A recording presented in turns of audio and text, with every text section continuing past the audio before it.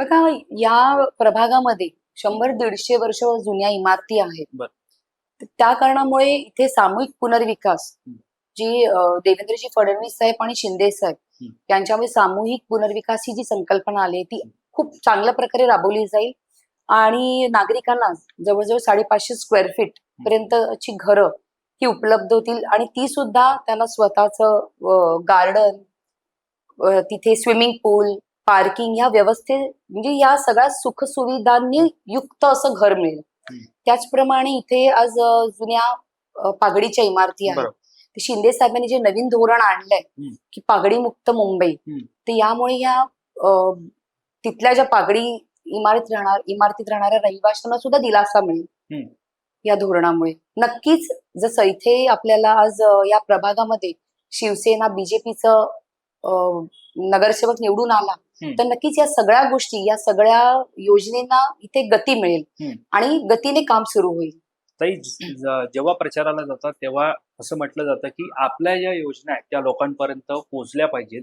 लोकांकडनं खूप चांगला प्रतिसाद मिळतोय. हं. म्हणजे लाडकी बहीण योजना म्हणा, सामूहिक पुनर्विकासाची योजना म्हणा, हं. किंवा आता पागडी मुक्त मुंबई ही म्हणा, स्वच्छता, कारण की शिंदे साहेब ज्यावेळेला मुख्यमंत्री होते त्यांनी अगदी रोड पण धुवून काढले. बरोबर. म्हणजे या सगळ्या गोष्टींमुळे आणि शिंदे साहेब, देवेंद्रजी फडणवीस म्हणजे सर्वसामान्य माणसांचा नेता असं प्रत्येकाला वाटतं, हं. की आपला माणूस वाटतं. हं. आणि तसं बघायला गेलं तर शिंदे साहेब आणि देवेंद्रजी फडणवीस अजून सुद्धा जी कामं करतायत, हं. म्हणजे रोज नवीन योजना हं. सर्वसामान्य नागरिकांसाठी, त्याच्यामुळे लोक खूप खुश आहेत हं. आणि लोक समाधानी आहेत. ताई, काय वाटतं आता तुम्ही नवोदित उमेदवार आहात, ज्या वेळेला या निवडणुकीच्या रिंगणात उतरतात, सुरुवातीला आपण शाखा प्रमुख असतो, गटप्रमुख असतो, अशी विविध पदं भूषवल्यानंतर नगरसेवक, आमदार, खासदार, मग पुढे मंत्रीपद, अशी ही लाईन आपल्याला पाहायला मिळते. सध्या ज्या प्रकारे राजकारण सुरू आहे, राजकारण बदललं असं वाटतं का तुम्हाला? आता राजकारण बदललं म्हणजे आधीचं आणि आताच्या याच्यामध्ये खूप फरक आहे, हे तर सगळ्यांना माहिती आहे. बरोबर. पण एक आहे की आज हा जो माझा प्रभाग आहे, इथे बाळासाहेबांच्या विचारांची शिवसेना आहे हं. आणि हिंदू हृदय सम्राट शिवसेना प्रमुख बाळासाहेब ठाकरे हं. यांचे विचार घेऊन चालणारी शिवसेना म्हणून आज शिंदे साहेब आज पुढे चाललेत. त्यामुळे लोकांना माहितीये की बाळासाहेबांनी सुद्धा सर्वसामान्य मराठी माणसासाठी आज काम केलं आणि शिंदे साहेब सुद्धा सर्वसामान्य मराठी माणसासाठी कामं करतायत, हं. हिंदूंसाठी कामं करतायत. हं.